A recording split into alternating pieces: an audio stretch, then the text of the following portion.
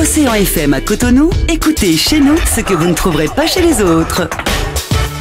C'est la D de la semaine de votre émission de décryptage de l'actualité sur la 88.6 émettant depuis Apapa Dangui. Depuis mercredi soir, une avalanche de dispositions législatives appelle à un changement de comportement. Dans les faits, un choc entre l'ancestrologie et la modernité. Les us et coutumes se retrouvent pour certains hypothéqués. Que comprendre de cette loi sur l'avortement et la décision DCC 21-269 du 21 octobre 2021? Nous allons le savoir tout à l'heure avec nos confrères. Déjà en studio, j'ai Gabin Ogoubiyi ici aussi avec Nelly Doguinou de Crystal News Radio. Nous allons donc parler de ces différentes dispositions et aussi de la décision de la Cour constitutionnelle sur cette question d'égalité, du principe d'égalité. Nous allons passer donc au décryptage qui est porté par la rubrique Le Point Matinal. Et comme je l'annonçais tout tantôt, nous avons déjà nos confrères en studio. Gabin Ogoubiyi, bonjour. Bonjour, bienvenue à Bassaga, bonjour aux auditeurs et bonjour Nelly Doguinou. Vous êtes rédacteur en chef du quotidien Le Matinal. Exactement. Exactement. Merci à vous donc de faire le déplacement de ce matin pour pouvoir donc décrypter l'actualité. Nelly Doguinou, bonjour. Bonjour, bienvenue. Bonjour, chers auditeurs d'Océan. Bonjour, Gabin, et bonjour, chers tous. Alors, nous allons parler de deux choses ce matin parce que nous avons constaté que depuis le mercredi dernier, le mercredi soir, il y a eu une avalanche de dispositions législatives et hier, il y a encore eu une décision de la Cour constitutionnelle qui semble donc mettre en danger, en tout cas, les coutumes et la modernité. On va l'analyser, c'est à vous de donner votre point de vue sur la question. La loi sur l'avortement, ce n'est pas une loi qui parle de, c'est-à-dire qui régit l'avortement dans sa généralité. Ce sont des dispositions donc qui portent sur l'avortement. Gabin Ogoubiyi, il y a des députés qui sont considérés comme le quotidien Matin Libre, comme des présenteurs. Bon, déjà parler de conflit entre modernité et coutume, ce n'est pas tout à fait juste parce qu'il s'agit ici d'un problème de santé publique. La santé n'a pas de génération, la santé n'a pas d'ère de période, si je peux m'exprimer ainsi. Maintenant, cette loi a été votée, c'est vrai, elle donne lieu à beaucoup de polémiques. C'est normal parce que c'est inhérent à toute disposition juridique, à toute loi d'ailleurs. Je ne sais pas si vous en connaissez une qui fait l'unanimité. Aucune loi n'a jamais fait l'unanimité dans ce monde. Donc, ce qui se passe au sujet de cette loi-là est tout à fait normal. C'est inhérent à toute loi. Mais avec le temps, je pense que beaucoup ne tarderont pas à comprendre, beaucoup vont pouvoir comprendre avec le temps. Maintenant, parlant des députés dont vous parlez, leur position est tout à fait justifiée également. Je ne sais pas le procès qu'on est en train de les faire. C'est vrai que, a priori, quand on en parle d'une loi qui va encadrer ou bien qui va presque légaliser l'avortement, légaliser l'interruption volontaire de grossesse, on se dit mais à quoi ceux-là veulent jouer au fait? C'est que c'est impensable, ça ne s'explique pas, ça ne se comprend pas. D'où est-ce qu'on sort? A priori, c'est la première impression qu'on a. Mais si on se base, n'est-ce pas, sur des éléments, si on intègre un peu la philosophie qui a conduit à ce que on en vient jusque-là, je pense qu'on peut comprendre un peu la posture du gouvernement et comprendre également la posture de ces députés qui, pour moi, ont été convaincus, certainement à l'issue des débats qui ont eu lieu en plénière, à l'issue des explications qui ont été données par les initiateurs de cette loi-là, des experts en la matière, parce que cette loi est portée, vous le savez bien sûr, par un certain nombre d'organisations, la BPF, les organisations comme l'UNFPA, l'OMS, un certain nombre de choses qui ont fait pendant des années un certain nombre de plaidoyers. Et je pense que le vote de cette loi est le couronnement de tout ce que ceux-là ont pu apporter au débat comme réflexion, comme analyse, comme plaidoyer. Et je trouve aujourd'hui que les députés qui au début étaient réticents, dont le président de l'Assemblée nationale, l'honorable Aké Natondé, ont dû se raviser à l'issue des débats qui ont eu lieu, qui certainement ont déterminé leur vote positif en faveur de cette loi-là. Ils ont dû se raviser. Je vais lire, avant de poser la question à Nelly Dodinou, je vais lire ce que le président Vravonou, le président de l'Assemblée nationale, avait dit le 8 octobre à l'occasion d'une table ronde sur le droit à la santé sexuelle et reproductive des jeunes, où il a fermement affiché son opposition à la légalisation de l'avortement. Il a même dénoncé un complot de l'Occident. Louis Vravonou avait déclaré que l'avortement est la mort d'une société car partout où la pratique a eu cours, la société a vieilli. Et donc, qu'en prenant une loi dans ce sens, c'est cautionner la stratégie de mise en place par cette nouvelle éthique mondiale pour déconstruire nos valeurs et reconstruire à la place les contre-valeurs dont les cultures sont victimes aujourd'hui. Nelly Dodinou. Victime, je ne pourrais pas le dire parce que c'est de l'hypocrisie tout simplement, parce que nous savons très bien que l'avortement, c'est une question qui s'impose à nous. On la vit au quotidien, des jeunes filles comme des femmes mariées qui, juste après un accouchement, 2 mois après, se retrouvent enceintes, on décide de ne pas garder. C'est de l'hypocrisie parce que même les pieux, c'est-à-dire les enfants de pasteurs, même les pasteurs, c'est-à-dire c'est clandestin. Même vous cataloguez. Non, même ceux qui sont pieux, qui prient à longueur de journée, sont victimes de ça. Et je pense que cette modification, ce n'est pas une nouvelle loi, c'est juste une modification d'une loi qui existe depuis 2003 portant sur la santé sexuelle et reproductive. Et vous savez, nous sommes allés au protocole de Maputo. Et ce protocole-là fait de la femme, donne droit à la femme de disposer de son corps. C'est une avancée extraordinaire pour les femmes africaines surtout, de prendre soin de leur corps, d'avoir droit à la planification familiale, de décider de comment est géré le corps. Maintenant, revenons à nos us et coutumes. Nous sommes d'accord, interrompre une vie, ce n'est pas ce qui est souhaitable. Mais le problème, nous sommes face à un phénomène qui prend de l'ampleur parce que c'est fait clandestinement, parce que les femmes n'ont pas les moyens pour le faire convenablement et nous perdons des vies.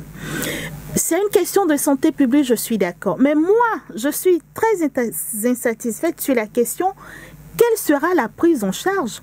Parce que oui, le président Vravonou dénonce l'influence des autres, mais reconnaissons que nous sommes une société de consommation. Nous ne produisons rien. Donc c'est ce que les autres font que nous consommons. Donc si les autres sont dans une autre dimension en matière de droits de l'homme, en matière du droit de la femme à disposer de son corps, on nous l'imposera parce que nous sommes demandeurs des faveurs. Si vous n'avez pas d'argent et que vous attendez les aides au développement, vous savez comment ça fonctionne? Permettez-moi donc de vous marcher sur la langue parce que vous parlez des aides au développement. Moi, ce que je suis en train de vouloir comprendre et aussi les auditeurs et auditrices veulent comprendre, quand vous prenez quelque chose qui ne vous appartient pas, quand vous devenez un réceptacle, ça ne vous offre-t-il pas le confort du minimaliste? Bon, en fait, vous voulez être dans la même tendance que les autres. Vous avez un constat. Je vais faire le débat sur 2 angles. Allez. Le premier, nous avons une situation qui fait que des jeunes filles meurent, des mamans meurent. C'est pas l'avortement ne concerne pas que les jeunes filles, ça concerne les femmes au foyer aussi qui peut-être se retrouvent avec 9 enfants et le 10e, elles n'en veulent pas. On décide de le faire. Mais comme c'est interdit, oui, c'est puni. On le fait clandestinement. Des cabanes installées peut-être dans un coin de village vont arracher utérus et tout ce que vous voulez aux filles. C'est un problème de santé, c'est un problème public, il va falloir légiférer. Maintenant, quand l'État légifère, quel est le moyen que l'État garantit? Parce qu'ici, il n'y a rien de dire, oui, c'est légalisé, nous allons le faire dans telle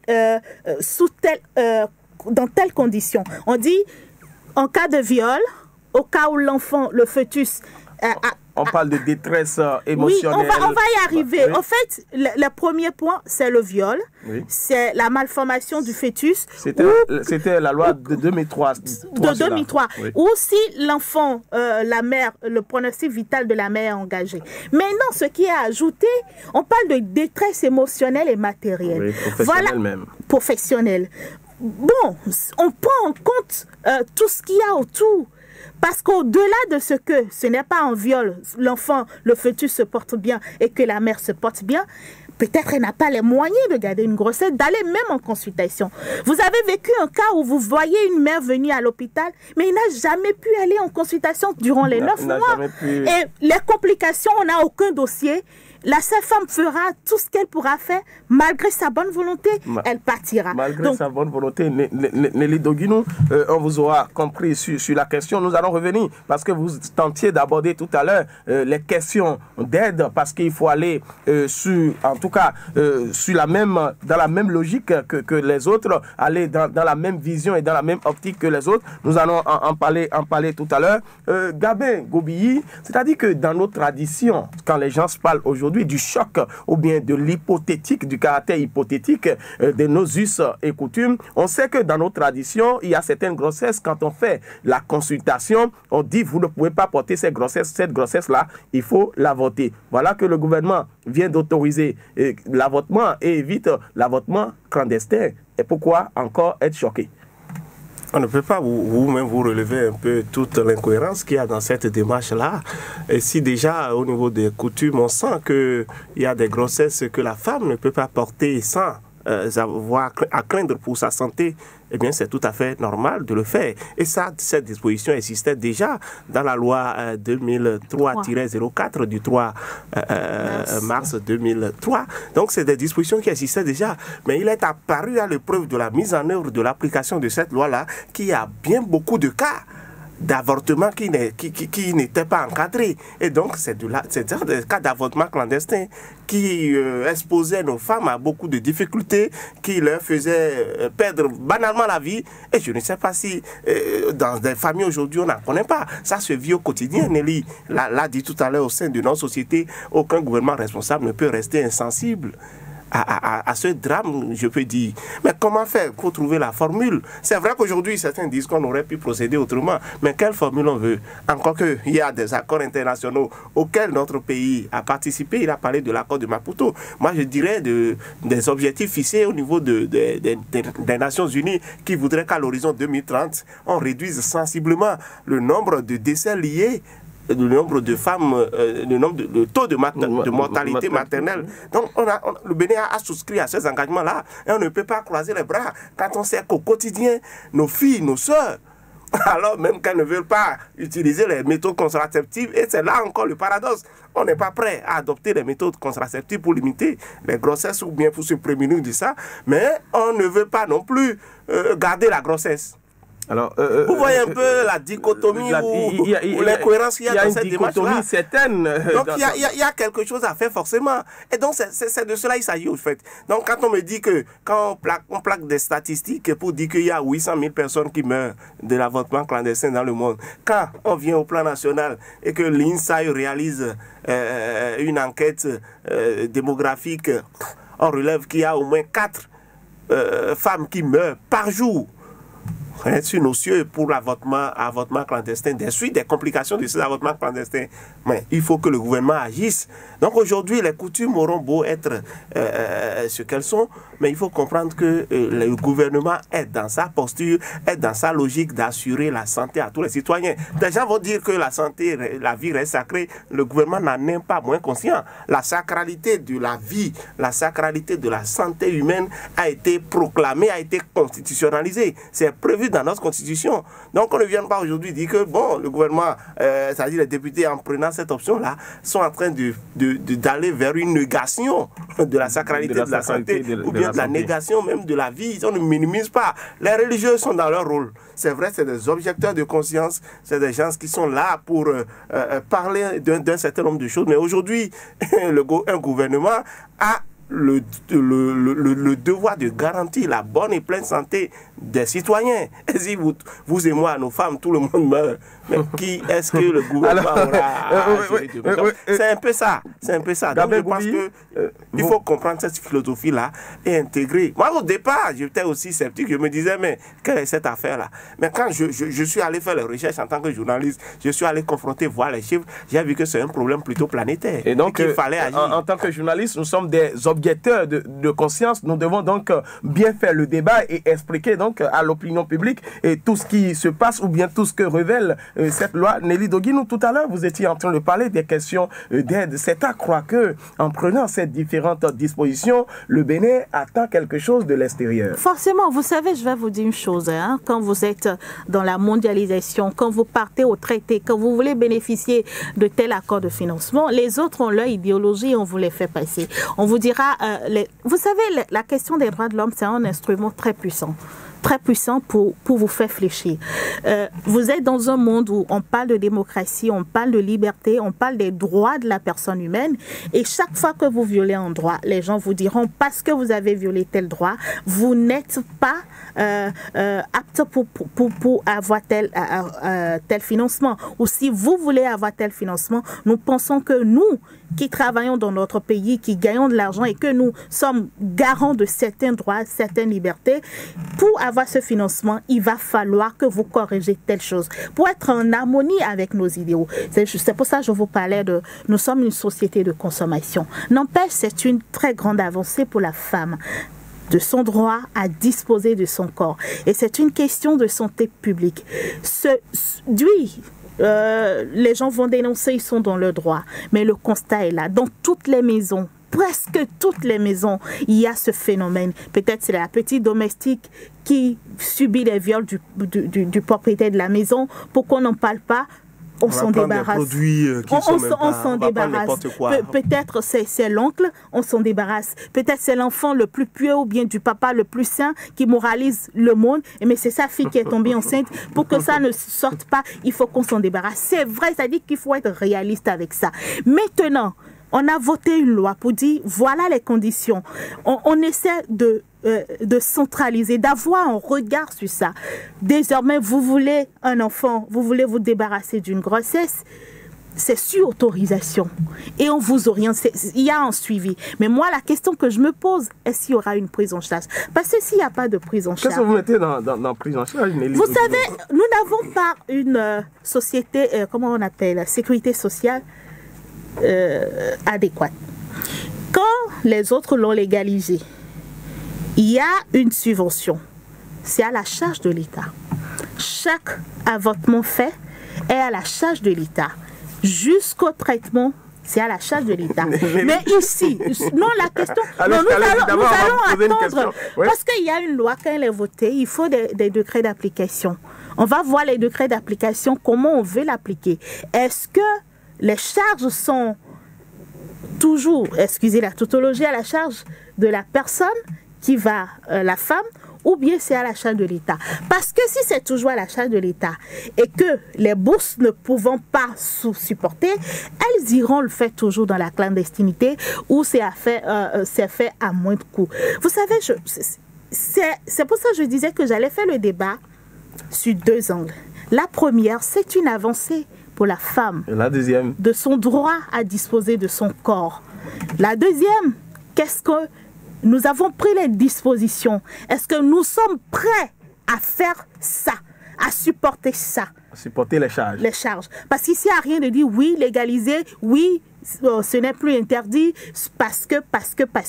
Est-ce que nous avons les moyens pour le faire? C'est tout ce que je voulais dire. Les moyens pour le faire. À vous entendre, Nelly Doguinou, donc si quelqu'un écarte ses jambes, excusez le thème ou l'expression, et qu'à la fin des comptes, cela tombe sur une grossesse, on pourra le dire parce qu'il y a des cas exceptionnels où le fait que ces derniers ne se contrôlent pas, n'arrivent pas donc à adopter les méthodes contraceptives, contraceptive, voilà, excusez le terme. Et donc, s'il n'arrive pas, ou bien cette personne n'arrive pas à pouvoir donc faire ces méthodes-là, ou bien adopter ces méthodes et tombe enceinte, il faut appeler l'État pour venir. Lorsque la grossesse interviendra, il faut appeler l'État pour venir. Absolument pas. Je pense que ce n'est pas une loi qui donne désormais feu vert à toute femme qui tombe enceinte d'aller se faire avorter. Ce n'est pas du tout cela. Et ça a été bien précisé dans la loi. Ce n'est pas que dès que la femme constate qu'elle a un arrêt de cycle, de période, sans qu'elle ait... Elle tombe enceinte par accident. On a cette terminologie. Même si elle tombe enceinte par accident, le ministre l'a bien dit, après le vote de cette loi-là, l'avortement doit être le dernier recours. Toutes les grossesses ne sont pas préjudiciables forcément à la santé de la femme ou à la santé de l'enfant.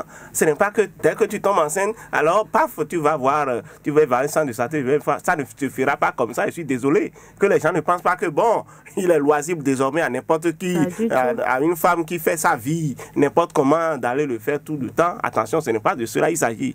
Et donc le ministre compte par rapport aux préoccupations de Nelly relativement à la mise en charge, le ministre a quand même donné quelques assurances. Je pense qu'il a parlé surtout des moyens de prévention. Parce qu'aujourd'hui, le fait de renforcer la sensibilisation, le fait d'intégrer l'éducation par rapport à la santé sexuelle dans notre système, je pense que ça va quand même régler les choses. Parce qu'il y avait ce que nos parents n'avaient pas, n'étaient pas dans cette dynamique d'éduquer leurs enfants sur l'éducation sexuelle. Le sexe continue de demeurer, malheureusement, dans beaucoup de nos familles, un sujet tabou. Beaucoup ne veulent pas faire comprendre à la fille, en posant tel acte, elle s'expose à telle conséquence. Et donc, les enfants sont livrés à eux-mêmes avec l'effet des réseaux sociaux, des telenovelas, des feuilletons sur les chaînes, tout ça. Bon, paf, le drame vient.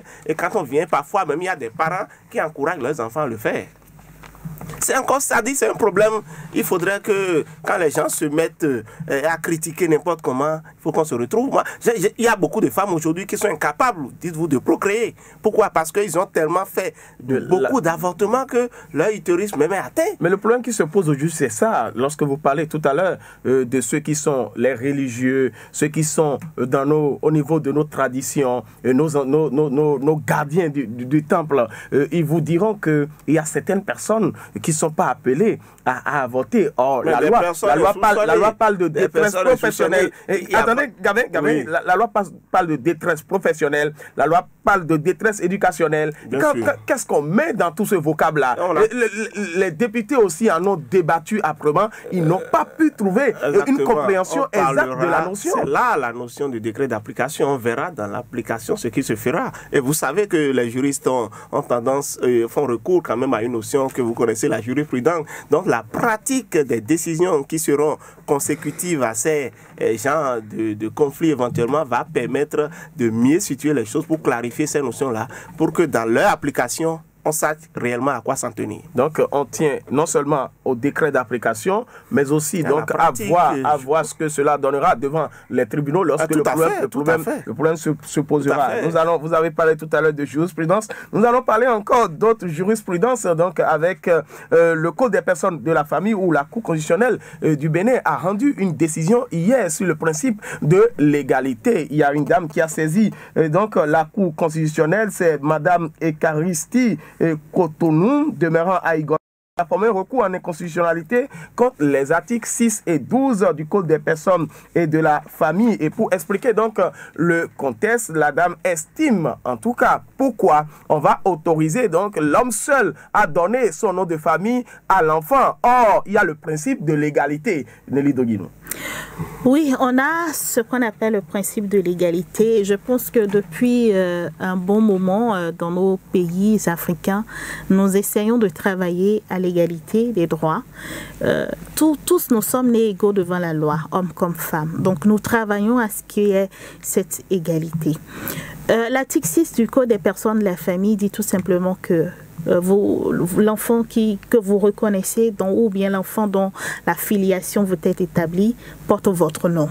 Et la dame estime que autant que le mari, elle a droit sur cet enfant, elle a aussi le droit de porter, que cet enfant porte son nom. Et sur le principe de l'égalité, la Cour lui donne raison pour dire, c'est vrai, ton enfant peut porter ton nom. Elle est allée plus loin par rapport à l'article 23, je pense, c'est par rapport au délai de viduité. Oui. Le délai de viduité, c'est le délai que vous observez. Le délai de 300 jours. Que vous observez après le décès de votre mari, pour s'assurer que vous ne portez pas une graine en vous pendant que votre mari est décédé. Ou bien aussi après le divorce. Et aussi après le divorce. C'est des délais que vous observez avant d'entamer une relation amoureuse ailleurs. La loi, en disant ça, c'est pour prendre des précautions. C'est déjà culturel à nous. Hein. On n'avait pas eu besoin de la loi pour faire ça. Dès que quelqu'un décède, on met sa femme à l'intérieur, personne ne la voit 6 mois ou 3 mois. Parce qu'on sait que même s'il y a une graine, en 3 mois, on saurait que la femme est enceinte. Donc la loi est revenue là-dessus. Mais elle pense que si les hommes ont le droit de se marier juste après le décès de les femmes aussi ont droit. Et là, la Cour lui a donné raison, à condition de faire un test de grossesse. Plus tard, elle est allée plus loin dans une autre décision pour dire, pourquoi la femme porte le patronyme, la veuve continue de porter le patronyme de son mari, alors que le mari ne porte pas le patronyme de la veuve. Bon, et la Cour lui a donné raison. La conséquence, c'est que nous aurons peut-être parce que c'est une loi qui est en cours, pour que ça soit, c'est une décision, c'est un code qui est exécuté, pour que ça soit peut-être l'impact ou l'effet de cette décision, ce serait de retourner devant les législateurs pour modifier à nouveau. La conséquence, moi, je ne la trouve pas extraordinaire. Hein. Vous savez, c'est chacun qui fait son choix. Je ne suis pas sûre que l'État béninois va imposer à ce que quelqu'un puisse donner son nom. Il y a des gens qui le font. Moi, j'ai un ami qui a fait porter le nom de sa femme à son enfant. Et donc, ça c'est symbolique, ça dépend de chacun. Moi, en Côte d'Ivoire, cette loi est votée. Mais ce n'est pas pour autant que depuis le vote de cette loi, j'entends 3, 4 patronymes. Non, vous savez, on est dans le principe de l'égalité, on est dans ce qui est faisable, on est dans ce qui ne sera pas condamné, on est dans ce qui ne sera pas mal vu. Si je peux, en commun accord, décider avec mon mari que l'enfant, peut-être cet enfant porte tel nom, nos grands-parents l'ont toujours fait. Vous verrez dans la même famille 2 patronymes, voire 3, parce qu'on a envie que le nom de tel grand-parent ou bien de tel oncle, compte tenu de sa bravoure, de ceci, reste dans la lignée. C'est une consécration de la tradition. En fait, on s'émeut pour ce qui existe déjà. On est juste en train de formaliser. Moi, j'ai des familles où on dit, ah mais toi, pourquoi tu portes tes patronymes? On dit c'est le patronyme de tel grand-père. Parce que le grand-père, il lui ressemble, on a voulu. En fait, arrêtons l'émotion, cessons d'être très émotionnels et lisons d'abord nous-mêmes nos cultures et lisons les lois. Lisons les lois, même si on a beaucoup de choses à en dire. Lisons les lois, lisons notre coutume. C'est ce que Nelly Doguinou est en train de dire. Et Gabin Goubi, c'est vrai qu'à suivre Nelly Doguinou, on ne peut plus s'inquiéter. Mais est-ce qu'il n'y a pas l'éclatement des valeurs sociales? Parce qu'on tend à faire disparaître l'autorité de l'homme au sein de la cellule familiale. Absolument pas. Absolument pas. Vous savez, la même loi qui proclame l'égalité des sexes, l'égalité de l'homme et de la femme, si cette même loi-là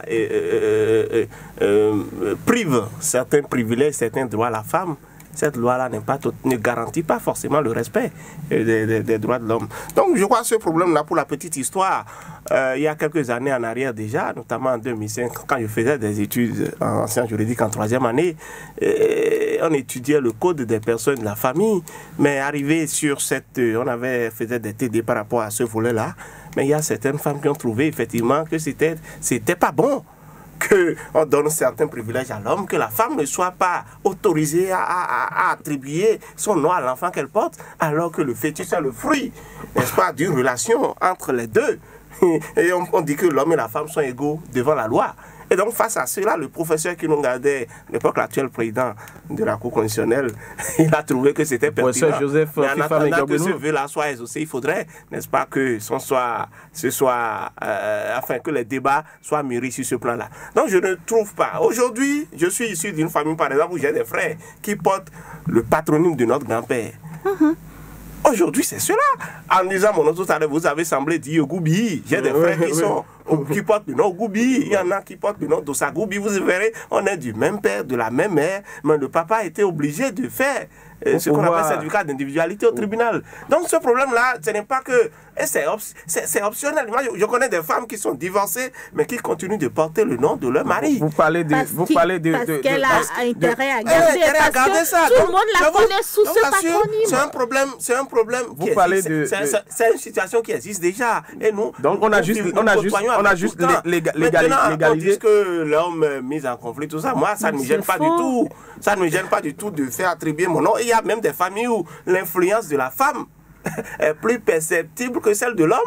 Et ça va régler beaucoup de problèmes. Les familles dont vous pensez mais le seul avec l'enfant-fille, le nom va du père va disparaître. Je vous sens très unanime. Le seul bémol, je ne voudrais pas que automatiquement le gouvernement formalise cette disposition. Ça dit que les législateurs formalisent cette disposition. Non, ça n'arrivera pas du tout. Que ce soit optionnel, que ce soit une option pour la famille. Si une famille veut, on attribue seulement le patronyme du père. Je vais vous poser une question très rapidement, parce qu'on défend tellement l'égalité, et donc l'homme et la femme, les deux sont égaux devant la loi. Est-ce qu'un jour, on ne finira pas demander à Dieu pourquoi il n'a pas créé simultanément la femme et l'homme, que ne l'ayant pas fait, il a permis à l'homme de voir le jour avant la femme, et donc il y a discrimination? Non, vous savez, moi je ne suis pas religieuse, hein, je laissez ça. Je lis pas trop la Bible, mais je lis les textes, je lis le monde. La constitution béninoise dit nous sommes nés égaux, tous enfants béninois. Même déjà le préambule, nous réaffirmons déjà dans le préambule l'attachement au respect des droits de l'homme. Nous sommes nés égaux. Vous et moi, il n'y a rien d'extraordinaire. Nous faisons le bac dans les mêmes conditions. Nous sommes nés, nous faisons le même cursus scolaire, nous faisons les mêmes choses. Nous passons les mêmes concours. Il n'y a pas un lycée ou bien un bac pour les filles ou une maîtrise. Cette question de demander à Dieu non, arrêtez. Oui, il y a ce qu'on appelle l'autorité de l'homme. Bon, l'autorité. Mais plutôt on est en train de... Ça, c'est de soi. C'est de soi. On est en train de parler d'une vie à deux, d'une complémentarité. Vous avez fait les mêmes formations que moi, dans les mêmes conditions, dont je peux réclamer les mêmes droits si j'exerce le même métier. C'est pas parce que vous êtes homme qu'il y a une différence à faire. Donc je me bats comme vous, donc j'ai aussi les mêmes droits que vous. Moi, je peux vous dire que le fait d'attribuer le nom à l'enfant ne fait pas de la femme l'égale de l'homme. C'est vrai qu'on va décréter l'égalité dans les tests, mais la attention, femme... Non, il y a la notion. Il y a la notion de chef de ménage. C'est vrai que ça peut être... Il y a dans le ménage, c'est la femme qui est le chef. Le code de personne n'a pas vous savez, on aura beau... de chef de famille. On aura beau supputer ou commenter sur la loi, on va parler de notre égalité. Dans les faits, vous êtes des conjoints. Nelly, je suis désolé, l'autorité de l'homme doit quand même prévaloir. Moi, je ne vous le dénie pas. Il suffit d'être responsable de votre famille. Là, vous ne faites plus la lecture. Non. Que les gens ne soient pas dans l'illusion qu'en donnant le nom à l'enfant que je deviens d'office le chef. Est-ce que c'est pour la première fois le juge constitutionnel? Ce droit-là ne confère pas automatiquement la femme. De l'autre côté de la même vitrée, il y a notre cher ami Luc Koubemedou qui nous dit que le temps qui nous est imparti tire vers sa fin. Nous allons passer à la dernière rubrique de cette émission, la rubrique Manote sur 10. Vous choisissez une actualité ou bien une autorité, que ce soit dans le domaine sportif, le domaine politique, et vous notez ce dernier ou bien cette dernière donc sur 10. Bon, le ministère des Arts et de la Culture, pour le retour des œuvres d'art, même si ce n'est pas encore fait, je trouve que c'est quand même une bonne nouvelle pour nous. C'est un coup que le gouvernement est en train de réussir. Et vous lui donnez combien? Je lui donne la note de 7 sur 10. 7 sur 10. Nelly Doguino, vous choisissez qui? Non, je vais choisir l'actualité. C'est le ministère de la Santé qui, pour une fois, en train de, par rapport à la vie des femmes au Bénin, la santé... Vous lui donnez combien? On va lui donner 7 aussi. 7 sur 10, mesdames et messieurs. C'est la fin de notre émission de cette semaine. Je dis merci à mes deux confrères qui sont venus donc parler de cette loi et puis de cette décision de la Cour constitutionnelle. Il faut savoir juste une chose, le mot liberté, ce mot souvent trahit la flamme qu'elle inspire, plus attendre que son discours, car vouloir trop souffler là-dessus, il faut savoir que c'est une flamme et que ça risque de s'éteindre. Mesdames et messieurs, c'est sur cette citation que nous allons mettre fin à notre émission et nous retrouvons la semaine prochaine avec le même plaisir. Océan FM à Cotonou, écoutez chez nous ce que vous ne trouverez pas chez les autres.